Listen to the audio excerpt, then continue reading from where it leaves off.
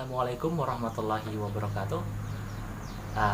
Perkenalkan, nama saya Muhammad Abdul Qadir Jailani dari kampus STKIP PGRI Banjarmasin. Dan pada kesempatan kali ini saya akan sedikit membahas tentang vernacular language, kemudian standard language, kemudian diteruskan dengan word Englishes, lingua franca, dan pidgins dan creole. Baiklah, untuk penjelasan pertama yaitu vernacular language. Vernacular language itu merupakan bahasa yang sering kita gunakan sehari-hari. Namun bahasa tersebut tidak terstandarisasi. Maksud saya tidak terstandarisasi oleh negara. Maksudnya lebih singkatnya itu bahasa ini merupakan bahasa non formal yang biasa kita gunakan untuk berkomunikasi. Nah, di dalam vernacular language ini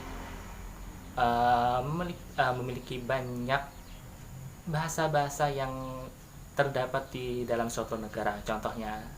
Contoh simpelnya saja itu Indonesia, yaitu memiliki berbagai macam suku dan bangsa, dan tentunya memiliki berbagai macam bahasa daerah mereka masing-masing. Contohnya bahasa Banjar, bahasa Jawa, bahasa Bali, dan lain sebagainya.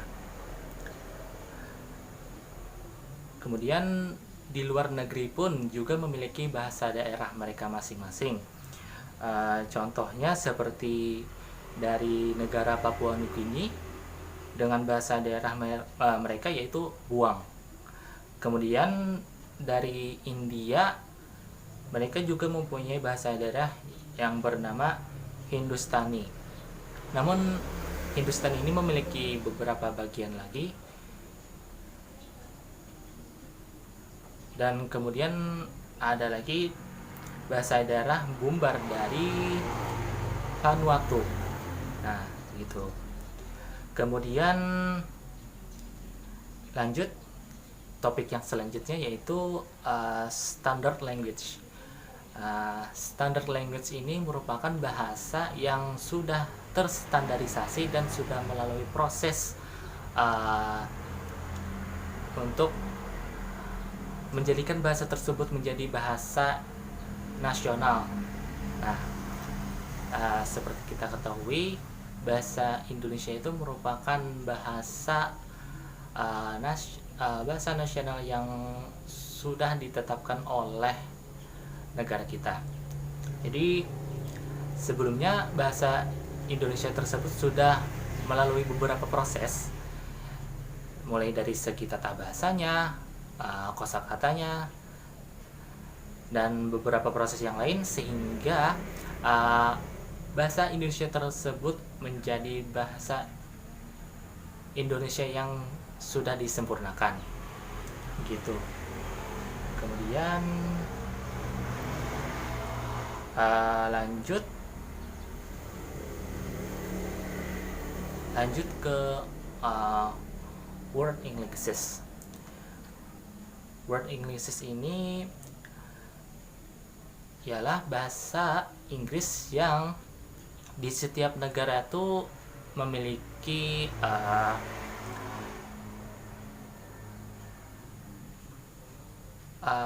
memiliki variasi yang berbeda-beda di setiap negaranya. Nah, di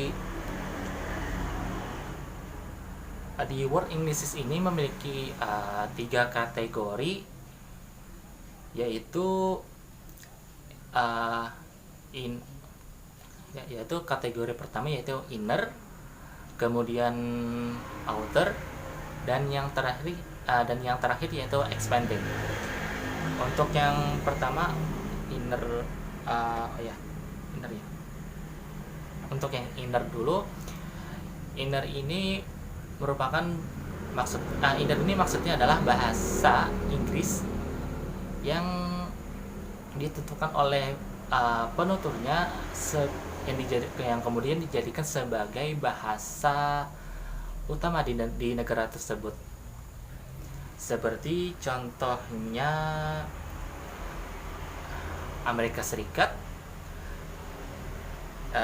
Inggris, Australia, New Zealand, dan lain sebagainya. Jadi INER ini menjadikan bahasa Inggris itu sebagai mother tongue mereka, maksudnya bahasa ibu mereka, dari ibu mereka. Jadi sejak mereka lahir itu, mereka bahasa pertama mereka yang mereka pelajari itu yaitu bahasa Inggris. Kemudian kategori author, yaitu posisi bahasa Inggris yang ditentukan oleh penuturnya, itu dijadikan menjadi bahasa kedua. Kenapa? Alasannya karena bahasa pertama itu berasal dari mother tongue setiap negara itu masing-masing. Contohnya seperti Singapura, Malaysia, India, dan lain-lain. Yang kita ketahui, Malaysia itu memiliki 2 bahasa, yaitu yang pertama itu bahasa Melayu, yaitu mother tongue mereka. Kemudian yang bahasa kedua mereka yaitu bahasa Inggris itu sendiri. Kemudian expanding. Nah, expanding ini yaitu bahasa Inggris itu diposisikan sebagai bahasa asing atau foreign language. Jadi bahasa Inggris ini diposisikan ke dalam bahasa ketiga. Contohnya seperti Cina, Indonesia, dan lain sebagainya.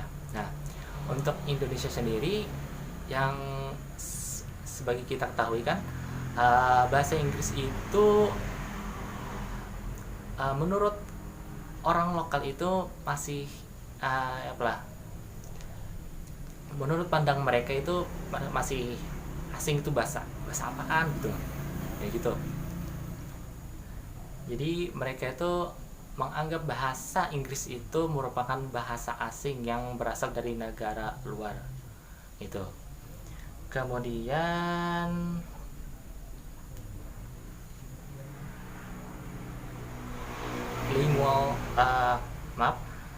lingua francas. Lingua francas ini adalah bahasa penghubung yang digunakan di semua daerah yang berada di negara tersebut. Nah, contoh sederhananya seperti di Indonesia. Nah, apabila kita mungkin berpergian ke luar daerah Kalimantan misalnya ke daerah Jawa. Nah, kita tuh jika ingin berkomunikasi itu tidak harus untuk menggunakan bahasa daerah dari daerah yang kita kunjungi tersebut. Kita hanya perlu menggunakan bahasa Indonesia untuk berkomunikasi dengan mereka. Jadi lingua franca ini merupakan bahasa maksudnya itu bahasa pemersatu. Apabila kita tidak bisa menggunakan mother tongue kita masing-masing, kita masih bisa menggunakan bahasa Indonesia untuk berkomunikasi dan berinteraksi dengan yang lain, begitu. Kemudian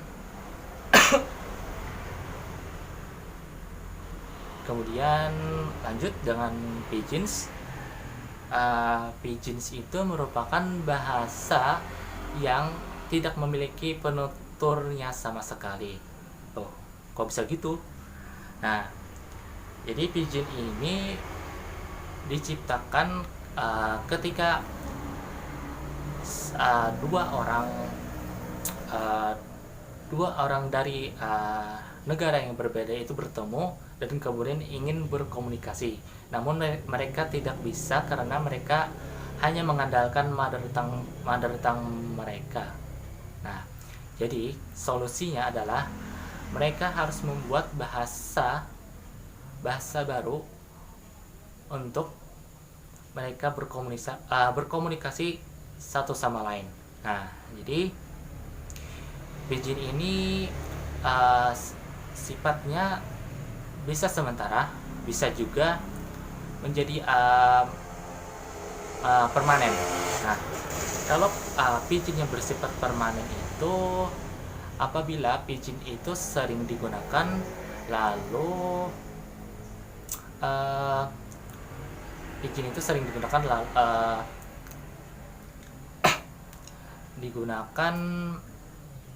dan dikembangkan oleh beberapa penutur yang kemudian hasil pidgin tersebut berkumpul lalu menjadilah jadi Creole. Nah, lanjut pembahasan Creole itu. Nah, Creole ini merupakan yang sudah saya jelaskan sebelumnya, itu pidgin, yaitu terdiri beberapa pidgin yang memiliki satu kesatuan sehingga mereka itu menjadi sebuah Creole yang mereka itu sudah memiliki penutur bahasanya. Nah, jadi pidgin itu maksud saya Creole itu terdiri atas beberapa pidgin, kemudian dikembangkan dan ada penuturnya, dan ada beberapa penutur yang membentuk pidgin tersebut sehingga menjadikan pidgin tersebut menjadi Creole yang bisa digunakan untuk berkomunikasi ke orang lain. Nah, namun pidgin tadi saya sebutkan, pidgin itu bersifat sementara apabila pidgin itu tidak digunakan lagi. Nah, apabila pidgin itu tidak digunakan lagi, otomatis pidgin itu menghilang atau sudah tidak ada lagi pidgin yang mereka buat. Dan apabila seandainya mereka bertemu kembali di suatu waktu, kan mereka harus membuat pidgin itu kembali agar mereka bisa berkomunikasi satu sama lain gitu. Nah, contoh Creole itu sendiri yaitu terdapat pada maksudnya contoh Creole dari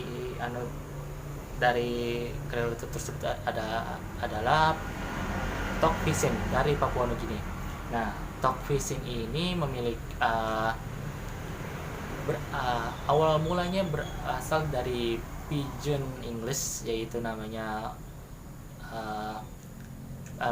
berasal dari Pidgin English, kemudian dikembangkan oleh